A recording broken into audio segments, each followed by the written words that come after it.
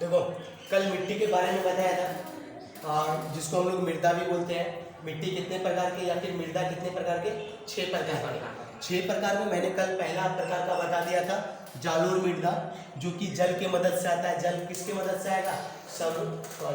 नदी के मदद से आता है, जो कि उत्तर हिमालय से या फिर जो हिमालय भारत के उत्तर दिशा में उनसे जो जल्दी नदी निकलती है वो अपने साथ क्या लेकर आती है? मिट्टी लेकर आती है। तो वो जो मृदा थी जिसको हम लोग क्या बोले थे? जालोर मृदा। आज हम लोग दूसरा मृदा पढ़ रहे हैं, कौन सा? काली मृदा। काली मृदा नाम से तुमको मालूम चल रहा है, इसका रंग क्या होगा? काला होगा। रंग इसका काला है, इसलिए इनको हम लोग क्या बोलते हैं? काली मृदा। इसमें उपस्थित क्या होता है? कौन कौन से खनिज उपस्थित रहते हैं इसमें? तो एल्युमिनियम और लो मतलब क्या हो गया? लोहा। ठीक है, जिसको हम लोग साइंटिफिक नेम में क्या बोलते हैं? फेरस बोलते हैं ना, एफी बोलते हैं। ओके, देखो ये जो काली मिट्टी होता है ये किसके लिए, कौन से खेती के लिए उपयोगी ज्यादा अच्छा होता है? तो किसके लिए होता है? कपास। ठीक है, कपास की जो खेती होती है काली मिट्टी में बहुत ज्यादा होता है, बहुत अच्छा होता है। ठीक है, इसलिए इसको हम लोग क्या बोलते हैं? काली कपासी मृदा भी बोलते हैं, मतलब काली कपासी मिट्टी भी बोलेंगे। ओके, इसके अलावा और भी हम लोग फसल उपजा सकते हैं, जैसे गेहूं हो गया, धान हो गया, दलहन हो गया, ये सब भी उपजाते हैं। लेकिन ज्यादातर जो है इस मिट्टी में क्या उपजाया जाता है? कपास उपजाया जाता है। ठीक है, और ये भारत के लगभग 6.4 करोड़ हेक्टेयर में फैला हुआ है। लगभग जालोर मिट्टी के ही बराबर ये भी फैला हुआ है। कितने? लगभग 6.4 करोड़ हेक्टेयर भारत की भूमि में फैला हुआ है। उसके बाद इसका क्षेत्र कहाँ पर है? क्षेत्र बोलने का मतलब ये कहाँ पर पाया जाता है ज्यादातर? काली मिट्टी ये जो तुम्हारा दक्कन है, जो साउथ इंडिया के आसपास पड़ता है, और दक्कन के लावा प्रदेश महाराष्ट्र में पाया जाएगा, गुजरात में पाया जाएगा, कर्नाटक में पाया जाएगा, आंध्र प्रदेश में पाया जाएगा और तमिलनाडु में पाया जाता है ये सारी मिट्टियाँ। ठीक है, और भी प्रकार की मिट्टियाँ यहाँ पर पाया जाता है, लेकिन ये जो काली मिट्टी है ये भी पाई जाती है। ठीक है ना। उसके बाद इनका निर्माण कैसे होता है? काली मिट्टी आया कैसे? क्योंकि अभी मैंने तुमको जो पहला मिट्टी पढ़ाया था जालोर मिट्टी मृदा, उसका बताया था कि निर्माण स्थल क्या था?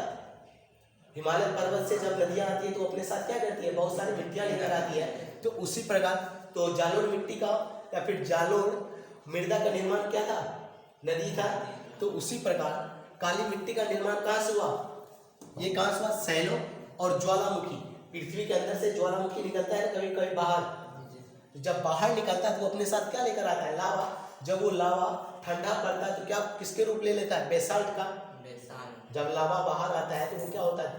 पूरा गर्म होता है ना, एक तरल पदार्थ के जैसा फैलता है। ठीक है, जब शांत होता है ठंडा पड़ता है तो वो किसका रूप लेता है? बेसाल्ट का। ठीक है, बेसाल्ट के विघटन, और जब वही बेसाल्ट, जब वही चट्टान टूटता है, विघटन मतलब टूटना, जब छोटे छोटे भाग में टूटता है, तो मैं ये बताया था कि इस प्रकार से पहाड़ जो होता है, चट्टान जो है वो टूटता है। इसका विघटन मैं पहले बता चुका हूँ। ठीक है, तो उसमें क्या होता है? टूट कर वो क्या बनता है? मिट्टी बनता है। जब मिट्टी बनेगा तो उसका रंग क्या होगा? काला होगा, क्योंकि ज्वालामुखी का रंग क्या होता है तुम्हारा? काला होगा। जब निकलता है तो उस टाइम पे क्या होता है? लाल होता है, लेकिन जब वो शांत होता है तो कैसा रूप ले लेता है? ब्लैक कलर का, काला रंग का। ठीक है, इसकी विशेषताएं क्या है?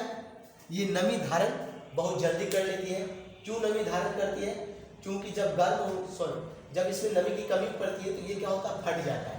बीच में फटने के कारण इसके अंदर आसानी से क्या चला जाता है? ऑक्सीजन जाता है, और जो पदार्थ, जो लवण होते हैं या फिर खनिज होते हैं जो उपयोगी होते हैं जमीन के लिए, वो आसानी से उसके अंदर चला जाता है। जब अंदर आसानी से चला गया तो इसका मतलब क्या है? ऑक्सीजन गया मिट्टी के अंदर, तो ऑक्सीजन और मिट्टी आसानी से क्या होता है? मिल जाता है, घुल मिल जाता है। घुल मिल गया तो जो भी पौधा यहाँ पर होगा उसको ग्रो करने में ये क्या करेगा? मदद करेगा। बढ़ने में क्या करेगा? मदद करेगा। तो यहाँ पे हम जो भी खेती करेंगे उनका विकास क्या होगा? उपज क्या होगा? अच्छा होगा। कौन सा मिट्टी में? काली मिट्टी में या फिर काली मृदा में। उसके बाद पौष्टिक तत्व इसमें कौन कौन से पाए जाते हैं? कैल्शियम पाया जाएगा, कैल्शियम कार्बोनेट। ठीक है, कैल्शियम CaCO3, कैल्शियम कार्बोनेट पाया जाएगा। मैग्नीशियम पाया जाएगा Mg। पोटास पाया जाएगा, जो कि हम लोग अपने जमीन में मारते हैं ना, जब कोई भी अनाज लगाते हैं तो क्या डालते हैं? पोटास डालते हैं, DAP डालते हैं, कैल्शियम डालते हैं। ठीक है, और इसमें कमी किस चीज़ का रहता है? फास्फोरस।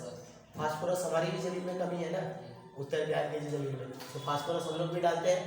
ओके, तो इसमें भी काली मृदा में भी किस चीज़ की कमी रहती है? फास्फोरस की कमी है। ठीक है, बस इतना ही है काली मिट्टी के बारे में, काली मृदा के बारे में। देखो